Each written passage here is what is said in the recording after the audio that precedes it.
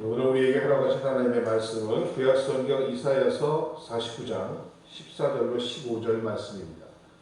이사야서 49장 14절로 15절 구약성경 1028면에 있습니다. 이사야서 49장 14절로 15절 말씀을 함께 찾으신 분들은 같이 읽도록 하겠습니다. 오직 시온이 이르기를 여호와께서 나를 버리시며 주께서 나를 잊으셨다 하였거니와 여인이 어찌 그 젖먹는 자식을 잊겠으며 자기 태에서 난 아들을 긍휼히 여기지 않겠느냐. 그들은 혹시 잊을지라도 나는 너를 잊지 아니할 것이라. 아멘. 이사야서 49장 14절로 15절 방금 읽으신 말씀을 본문으로 너를 잊지 아니할 것이라 라는 제목으로 여러분과 함께 은혜 나누기를 원합니다. 낮은 대로 임하소서라는 영화가 있습니다. 지금도 이분이 아마 살아계실 거예요. 70이 넘으신 걸로 알고 있는데 안요한 목사라는 분의 일생을 주제로 한 영화였습니다. 영화의 줄거리를 보면 이 주인공 안요한 목사라는 분은 시골 마을에서 가난하게 목회하시는 아버지에 대해서 어려서부터 반감이 많았습니다. 그래서 억지로 교회를 다니면서도 예배를 드리는 주일이 되면 예배 드리는 성도들의 신발을 하나를 안아다가 내과에 멀리 버려버리기도 하고 교회 벽에 낙서를 하는데 하나님은 안 계시느니라 안 요한복음 1장 1절 이렇게 써붙이기도 했답니다. 그렇게까지 하나님을 거역하며 아버지의 반역하는데도 어쩐 일인지 일이 잘 풀려서 미국 유학까지 가게 됩니다. 미국을 떠나는 그날까지도 예배당 건물을 바라보며 하나님 이제 영원히 안녕 비아냥거리며 미국을 향했다고 합니다. 떠나기 전날 목사이신 아버지께서 그를 데리고 바닷가로 갔답니다. 가서 조약돌을 하나 주면서 거기에 고무줄을 잡아매고 당겨보라고 합니다.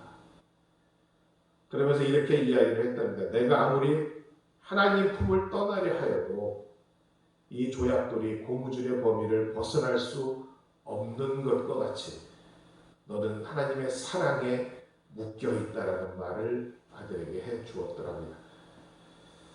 그 후 하나님을 반역하고 아버지를 따르지 않았던 이 아들이 승승장구했습니다. 그런데 그가 37살이 되던 어느 해에 이 안요한 목사에게 커다란 불행이 찾아옵니다. 바로 바울이 다메섹 도상에서 놀라운 빛에 인해서 그가 눈을 실명을 하였던 것 같이 그에게도 어둠이 찾아올 것입니다. 이제 37, 참 잘 나가는 청년이었는데 그러자 실명한 그를 버리고 아내가 떠나갑니다. 어린 딸은 눈먼 아빠를 두었다고 친구들의 놀림감이 되기도 했습니다. 이 안요한 목사는 너무도 깊은 절망에 빠진 나머지 몇 번이고 자살을 시도했다라고 합니다. 연극부 실패하던 중에 마지막으로는 이제 정말 내가 죽어야 되겠다고 결심하였을 때에 깊은 어둠 가운데서 그의 마음 가운데 환한 빛이 비추며 이런 음성이 들렸다고 합니다. 마음을 강하고 담대히 하라. 두려워 말며 놀라지 마라. 내가 어디로 가든지 내 하나님 여호와가 너와 함께 하리라. 이 말씀을 음성을 들은 그는 눈물을 흘리며 하나님 앞에 무릎을 그제서야 꿇습니다. 자복하고 회개하며 하나님의 종으로 소원을 합니다. 지금도 이 목사님이 살아계시는데 그 눈을 치료하면 뜰 수 있다라고 합니다. 그런데 무려 37살부터 70이 넘도록 30년이 넘게 지금 맹인으로서 맹인 사역을 감당하고 있습니다. 그 목사님의 인터뷰를 한 것을 보았더니 왜 치료가 가능한데도 치료를 받지 않으시냐는 질문에 저에게 장님이 된 것은 하나님의 영광을 위함입니다라며 그대로 사역을 하고 있다라고 합니다. 자, 오늘 본문에서도 이스라엘은 오직 시온이 이르기를 여호와께서 나를 버리시며 주께서 나를 잊으셨다 하였거니와 라고 하나님이 나에게 없음을 호소하고 있습니다. 주께서 나를 버리셨고 나를 잊으셨구나 라는 그들의 간구에 하나님은 말씀하십니다. 여인이 어찌 그 젖 먹는 자식을 잊겠으며 자기 태에서 난 아들을 긍휼히 여기지 아니하겠느냐. 그들은 혹시 잊을지라도 나는 너를 잊지 아니할 것이라. 내가 너를 내 손바닥에 새겼고 너의 성벽이 항상 내 앞에 있다라고 응답해 주셨던 것입니다. 이스라엘 백성들이 오랜 고난으로 하나님이 그들을 잊어버리셨으며 버리셨다라고 하면서 하나님의 사랑을 의심하고 낙심할 때 그들에게 주신 하나님의 음성인 것입니다. 오늘 안요한 목사님의 생애와 같이 우리 또한 하나님을 사랑을 믿지 못하고 의심할 때가 많이 있습니다. 그러나 오늘 이 말씀을 통하여 절대 하나님은 여러분을 버리시지도 잊지도 않는다는 것, 이 사실을 깨닫는 복된 여러분 되시기를 주님의 이름으로 축원드립니다. 우리는 먼저 고난에 처할 때 하나님을 의심하지 말아야 합니다. 신앙을 통해 하나님의 사랑을 입고 축복을 받아본 분들은 흔한 착각을 합니다. 나는 이제부터는 아무런 고난도 받지 않을 것이라고 생각하며 살아갑니다. 그러나 여러분, 결코 그렇지 않으면 여러분들이 더욱 잘 아실 줄로 믿습니다. 어떤 의미에서는 우리가 하나님을 믿기에 더 큰 고난과 시련을 당할지도 모릅니다. 애굽왕 바로 앞에서 행하였던 믿음의 조상 야곱의 고백을 한번 들어보십시오. 내 나그네의 길의 세월이 130년이니이다. 나의 연세가 얼마 못 되니 우리 조상 나그네 길의 세월에 미치지 못하지만 험악한 세월을 보냈습니다라고 야곱이 고백합니다. 인생은 나그네 길이라는 말이 있습니다. 그리고 야곱은 그 인생의 길을 자신의 조상들과 같이 험악한 세월을 보냈다라고 합니다. 버러지 같은 야곱의 인생을 우리는 알고 있습니다. 속임수로 형 에서의 장자권을 빼앗고 죽음을 피하여 도망가던 기억, 그가 그토록 믿었던 외삼촌 라반의 10번에 해당하는 배반 사건, 그리고 자기 눈에라도 아프지 않을 딸 디나의 세겜 추장 아들에 의한 강간 사건, 또 가장 사랑하는 아들 요셉과 어려서 생이별한 모습들, 이렇듯 야곱의 인생을 보면 인간적으로 당할 수 있는 모든 관계면에서의 상처와 아픔을 지닌 야곱이었습니다. 그는 말합니다. 내 나그네 길의 세월이 험악했다라고 말합니다. 그러나 그의 이러한 고백 뒤편에 이 모든 고난과 고통의 날들은 하나님의 섭리 안에서 나의 출생으로부터 지금까지 나를 지키시기 위한, 나를 기르시기 위한 연단의 기간이요, 나를 모든 환난에서 건지신 하나님만을 의지하게 하기 위한 고백이라는 것입니다.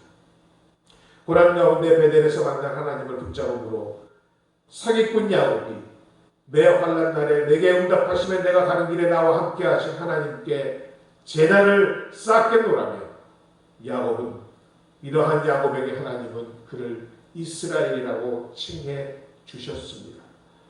그리고 내 조상들에게 준 땅을 너에게도 주고 내 후손들에게도 주리라고 언약하셨습니다. 조금도 하나님을 이후로 의심치 않고 믿음으로 나가는 야곱을 본받는 여러분 되시기를 축원드립니다. 요셉은 또한 어떻습니까? 야곱이 가장 사랑하는 여인 라헬에게서 난 첫 아들입니다. 여러 아들보다 야곱은 요셉을 너무도 사랑하였습니다. 셋의 옷을 입히며 늘 자기의 무릎 위에 놓아두었던 아들입니다. 그러나 우리가 이 요셉의 생애도 들여다보면 야곱의 생애와 별반 다르지 않습니다. 참으로 험악한 세월을 살았던 사람입니다. 참 이런 거 보면 사람은 다른 것 같지만 참 별거 없는 것 같습니다. 어려서 이복형들의 시기를 받아 애굽의 종으로 풀려버립니다. 애굽 시민이자 보디발의 아내의 유혹 때문에 억울한 옥살이를 2년이나 하게 됩니다. 그런데 성경을 보면 이미 하나님은 요셉과 함께 하시며 범사에 그가 형통한 자가 되게 하셨다라고 말씀하고 있습니다. 억울한 옥살이에 변치 않는 그의 믿음과 의심치 않는 그의 믿음을 보신 하나님께서 요셉이 옥에 갇혔으나 여호와께서 요셉과 함께 하시고 그에게 인자를 더하셨다라고 기록하고 있습니다.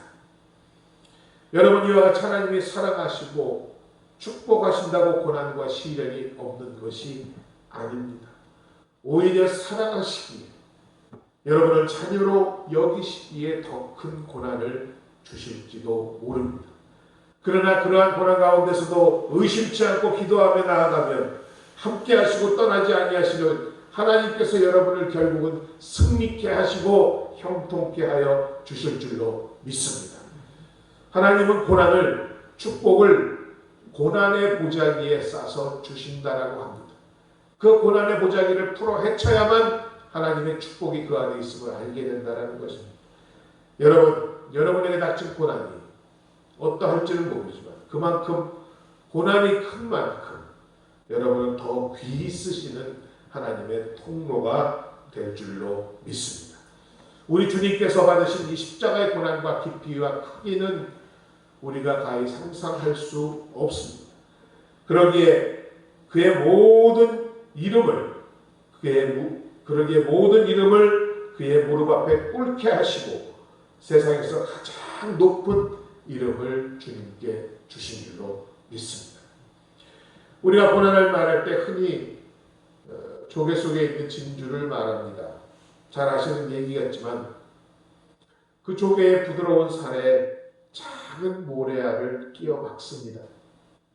그 깔깔하고 따갑고 쓰리고 아픈 것을 이겨내기 위하여 조개는 자신의 진액으로 그 상처 부위를 계속 감싸기 시작하면서 진주가 만들어진다는 것입니다. 이와 같이 우리가 고통과 아픔과 상처 가운데서도 기도의 진액으로, 눈물의 진액으로 그 상처를 감싸며 하나님을 바라볼 때 결국 그것은 여러분에게 진주가 되어 돌아갈 줄로 믿습니다. 환난 중에도 요동치 마시고 여러 가지 시험에 잠깐 근심할 수 있겠지만 의심하여 뒤로 물러가지 말고 오히려 크게 기뻐하시는 복된 여러분 되시기를 주님의 이름으로 축원드립니다. 야고보서 1장 12절을 말합니다. 시험을 참는 자가 복이 있도다. 이것에 옳다 인정함을 받은 후에 주께서 자기를 사랑하는 자들에게 약속하신 생명의 면류관을 얻을 것입니다. 아멘. 두 번째로 우리는 기도 응답이 늦더라도 의심치 말아야 합니다. 아무리 오랜 기간 기도해도 응답되지 않습니다. 문제는 그대로입니다. 보이는 것은 아무것도 없습니다. 변화된 것도 없습니다. 오늘 이스라엘 백성들도 이와 같은 심정이었던 것 같습니다. 하나님이 나를 버리셨나? 내 기도를 잊으셨나? 하나님의 사랑을 의심하기 시작합니다. 나 같은 죄인의 기도를 듣지 않으시는가 보다. 절망하며 뒤로 물러가 기도를 중단하려는 상황이었습니다. 기도 응답의 방법은 세 가지가 있다고 했습니다. 예스와 노와 그리고 웨이트입니다. 이 웨이트, 이것은 여러분들이 노라고 응답을 거부하지 않고 참고 기다리신다면 그것은 언젠가 예스가 될 줄로 믿습니다. 주님께서는 항상 기도하며 낙망치 말아야 할 것을 여러 차례 강조하셨습니다. 밤낮 부르짖는 택하신 자들의 원한을 풀어주지 아니하겠느냐?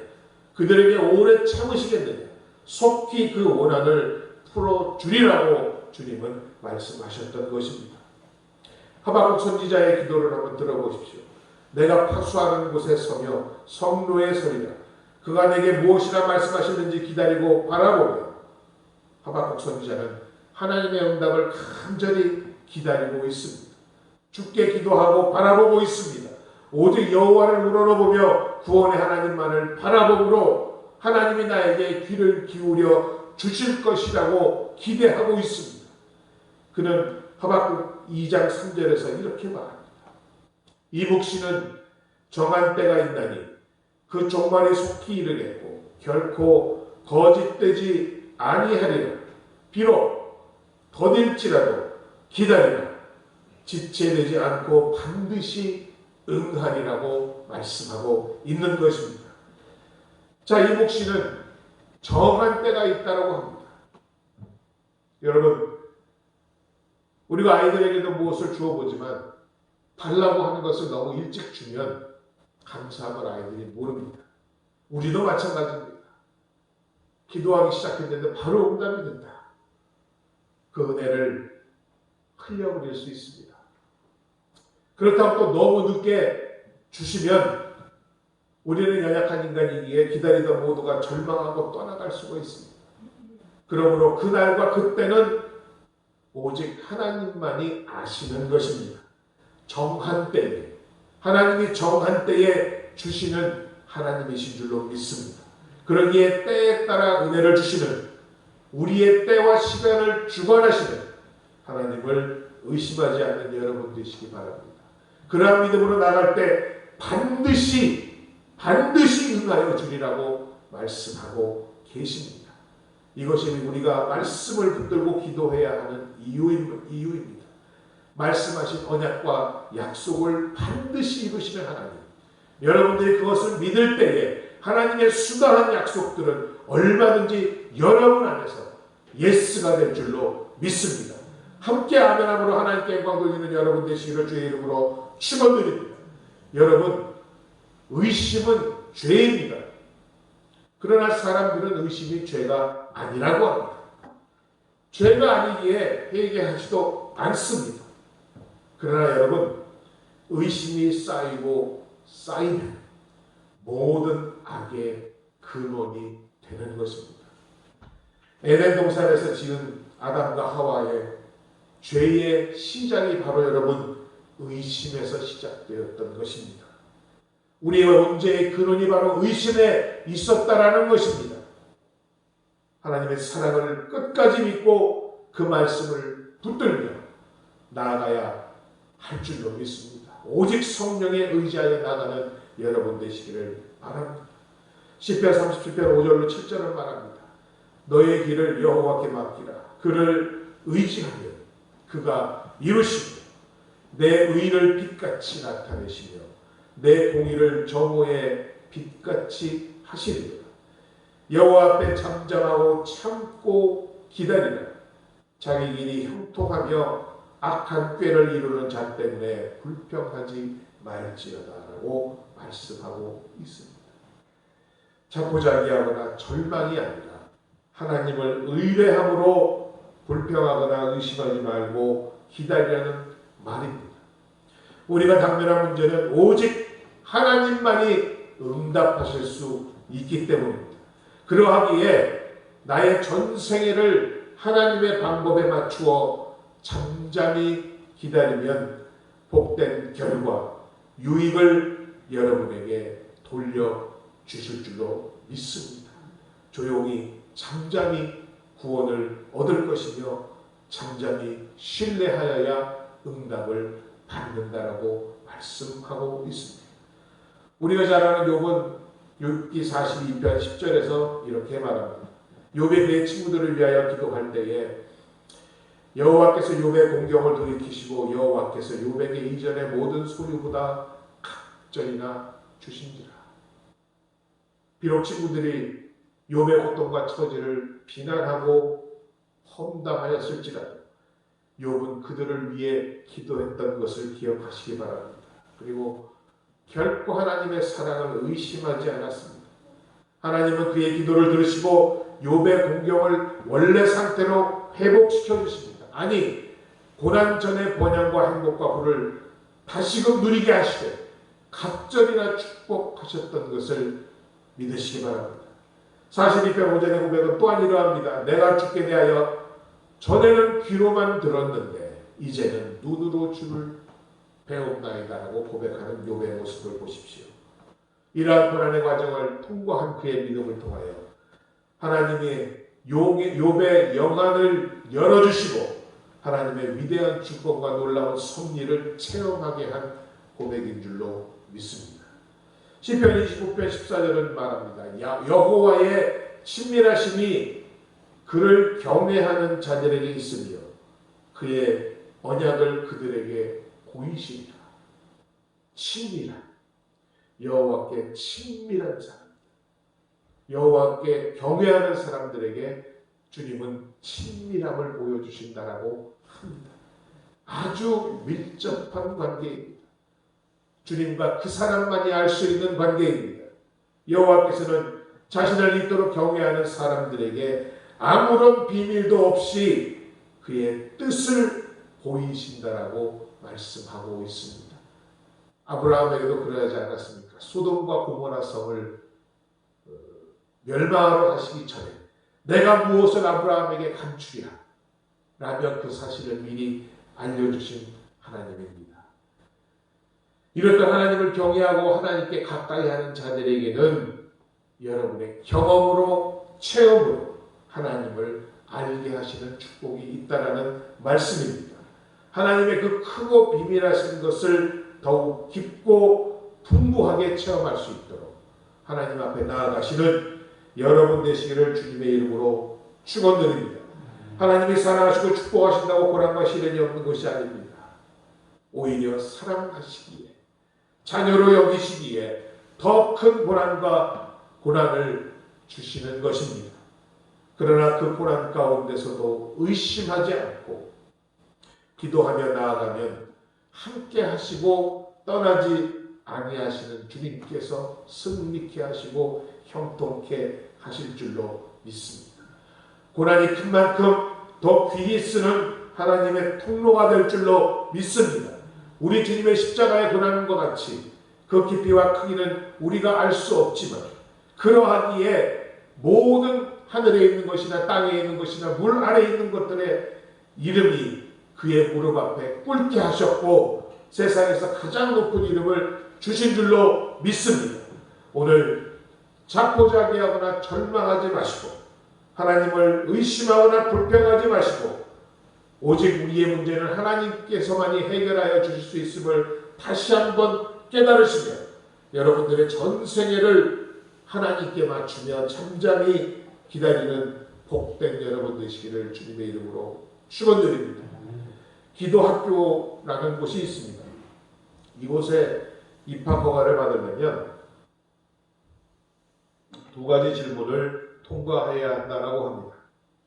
그 첫 번째 질문은 당신은 정말로 기도가 필요한 사람입니까? 라는 질문이고 두 번째 질문은 그 필요함을 얻기 위해서 정말로 당신은 무기력함을 스스로 인정합니까? 라고 물어본답니다. 이 두 가지 질문에 대해서 정말로 절실한 마음의 기도가 필요하고 내가 이 기도를 위하여 나는 전혀 무력합니다 라는 고백이 있을 때에 그 기도학교에는 입학이 허락된다는 겁니다.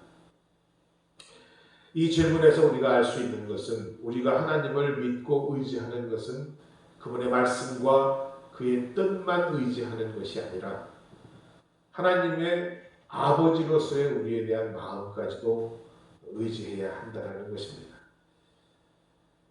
기도의 응답을 가만히 들여다보면 여러분이 스스로를 아무것도 할 수 없음을 깨달았을 때 내 스스로가 아주 무력한 존재임을 절실히 깨달았을 때 나 자신도 감당치 못한 일을 당했을 때 여러분 기도의 응답이 있는 것입니다.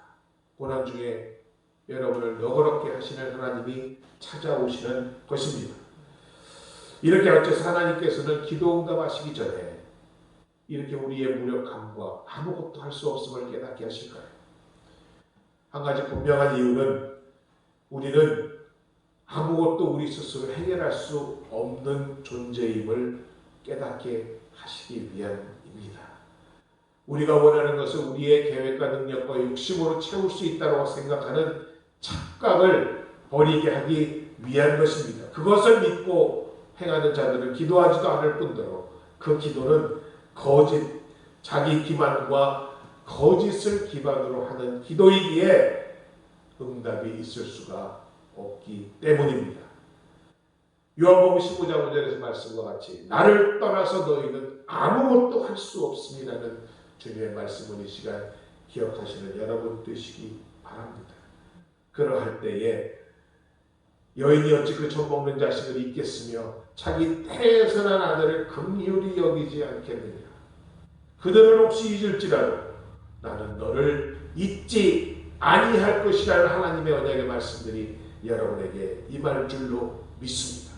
그리고 이 묵시는 분명히 정한 때가 있고 결코 거짓되지 아니하리라고 말씀하십니다. 비록 더딜지라도 잠잠히 주님을 소망하며 기다리면 지체되지 않고 정한 때에 여러분에게 반드시 응한다고 말씀하고 있습니다.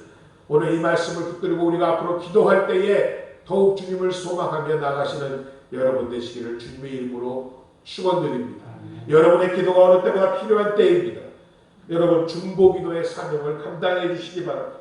교회를 위하여, 믿지 않는 가족을 위하여, 또 우리 믿음의 동역자들을 위하여, 이 나라와 민족을 위하여 하나님은 지금도 여러분의 그러한 기도를 기다리고 계시는 것입니다. 그 기도를 통하여 하나님의 친밀하심을 체험하고 맛보는 복된 여러분들 되시기를 주님의 이름으로 축원드립니다. 아버지 하나님 은혜와 사랑을 감사드립니다. 귀한 주일 오늘도 우리로 주님의 몸된 교회에 나오게 하시고 또 아버지 하나님 우리 함께 모여 주님을 찬양하며 예배하게 하시니 감사드립니다.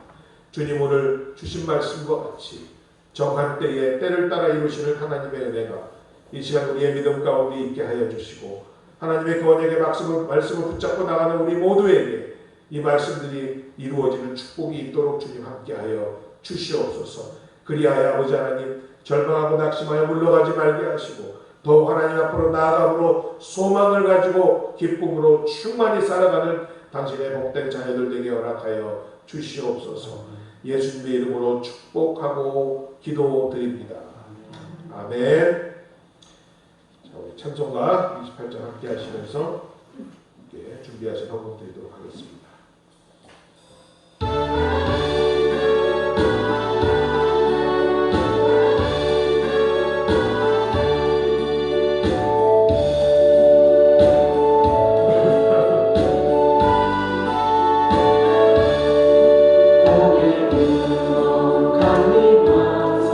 찬송가